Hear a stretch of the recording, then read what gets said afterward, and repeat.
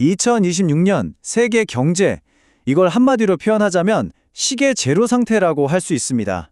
정말 한 치 앞도 보기가 힘든데요. 그래서 오늘 딱 10가지 핵심만 짚어서 이 안개 속을 헤쳐나갈 지도를 한번 같이 그려보려고 합니다. 자, 보세요. 세계 경제의 거의 최종 보루라고 할 수 있는 IMF 총재의 말입니다. 최상의 시나리오를 가정해도 팬데믹 이전으로는 완전히 돌아가기 어렵다는 거죠. 와, 이 말이 지금 우리가 마주한 현실이 얼마나 무거운지를 그대로 보여주는 겁니다.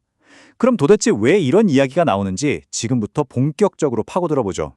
지금 세계 경제는요, 정말 복잡하게 얽혀 있습니다.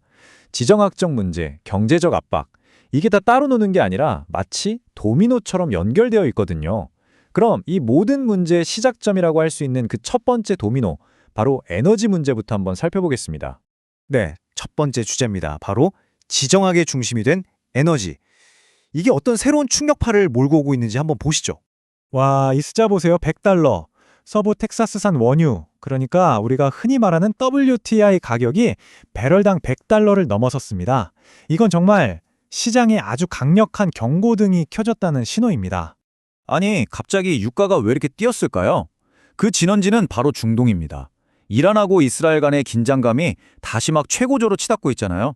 이러다 보니 전 세계 원유 공급망 전체가 마비될 수도 있겠다는 공포가 시장을 확 덮어버린 거죠.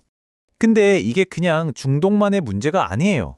이 긴장감이 호르무즈 해협이라는 정말 세계 물류의 핵심 동맥을 위협하고 있거든요.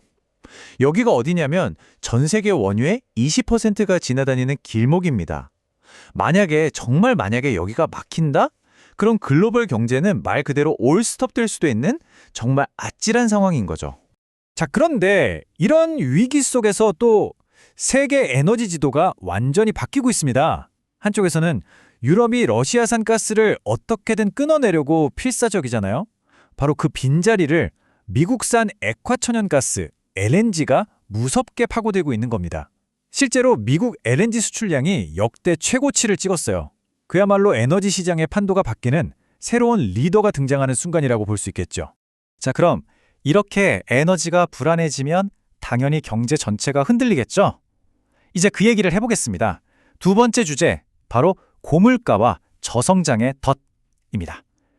글로벌 경제가 어떤 압박을 받고 있는지 살펴보죠. 이 그래프를 보시면 지금 상황이 얼마나 냉정한지 바로 보이실 겁니다. 세계은행이 유럽이랑 중앙아시아 성장률 전망치를 확 낮춰 잡았어요. 특히 러시아는 0.8% 성장이 예상되는데 이건 사실상 제자리 걸음이나 다름없는 수치죠. 그럼 미국은 괜찮냐? 글쎄요, 미국도 만만치가 않습니다. OECD가 2026년 미국 물가 상승률을 4%로 예측했어요. 이게 어느 정도냐면 목표치의 딱 2배입니다. 이놈의 인플레이션이 잡히질 않으니까 미국 중앙은행인 연준도 금리 인하 결정을 계속 미룰 수밖에 없는 거죠. 한마디로 이제 값싼 돈으로 무언가 해보던 시대는 끝났다고 봐야 합니다. 전 세계 중앙은행들을 보니까 무려 70%, 그러니까 열의 7은 금리를 내리는 걸 포기하고 그냥 동결 모드로 들어갔어요. 이건 인플레이션과의 싸움이 생각보다 훨씬 길고 지독하게 이어지고 있다는 아주 명백한 증거입니다. 그런데 경제가 이렇게 안 좋은 얘기만 있는 걸까요? 자, 여기서부터가 진짜 재밌어집니다.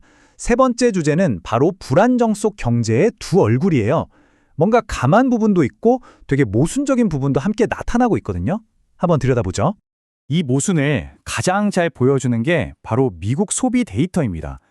겉으로 드러난 숫자만 보면 개인 소비 지출이 0.5%나 늘어서 되게 좋아 보여요. 와, 미국 경제 탄탄하네? 싶죠?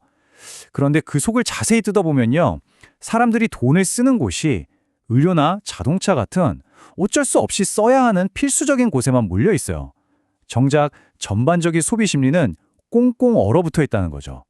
딱 겉과 속이 다른 겁니다. 진짜 이상하죠? 이렇게 실물 경제는 찬바람이 부는데 금융 중심지인 월스트리트는 완전 딴 세상이에요. 엄청나게 뜨겁습니다. 골드만삭스나 JP모건 같은 데서는 2026년에 글로벌 증시가 2자릿수 수익률을 낼 거라고 자신하고 있어요. 이 비현실적으로 보이는 낙관론의 배경, 그 중심에는 딱 하나가 있습니다. 바로 인공지능, AI에 대한 어마어마한 투자 열풍이죠.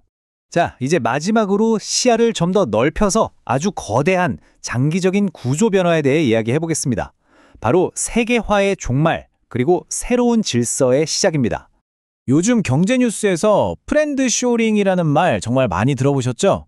이게 뭐냐면 쉽게 말해서 예전처럼 그냥 물건 싸게 만드는 곳을 찾는 게 아니에요.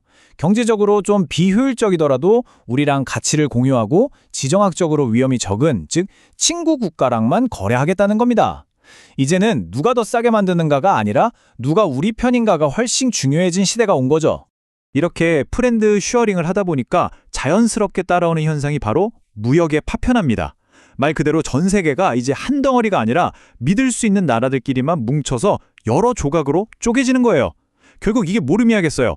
세계 경제 전체의 효율이 떨어지고 속도는 느려지고 결국 우리 모두의 성장을 방해하는 아주 큰 변수가 되고 있다는 뜻입니다. 자, 그럼 지금까지 나온 얘기를 한 번에 정리해 볼까요? 지금 글로벌 경제는 딱 이런 느낌입니다. 한쪽 발로는 에너지 가격 급등이랑 고물가라는 브레이크를 아주 꽉 밟고 있어요. 그런데 동시에 다른 쪽 발로는 AI 투자 붐이나 겉으로 보이는 미국 소비 같은 엑셀을 또 밟고 있는 거죠. 이렇게 브레이크와 엑셀을 동시에 밟고 있는 듯한 아주 복잡하고 모순적인 상황, 이게 바로 지금 우리가 마주한 현실입니다. 결국 이 새로운 경제 질서라는 건 위기일까요? 아니면 기회일까요? 지정학적 갈등 때문에 세상은 점점 더 분열되고 있는데 또 AI 같은 기술은 세상을 더 강력하게 연결하고 있잖아요. 이 거대한 두 힘이 충돌하는 바로 지금 우리는 어떤 길을 선택해야 할까요? 아마 이 질문에 대한 여러분 각자의 답을 찾는 과정에서 위기를 기회로 바꿀 열쇠가 숨어 있지 않을까 싶습니다.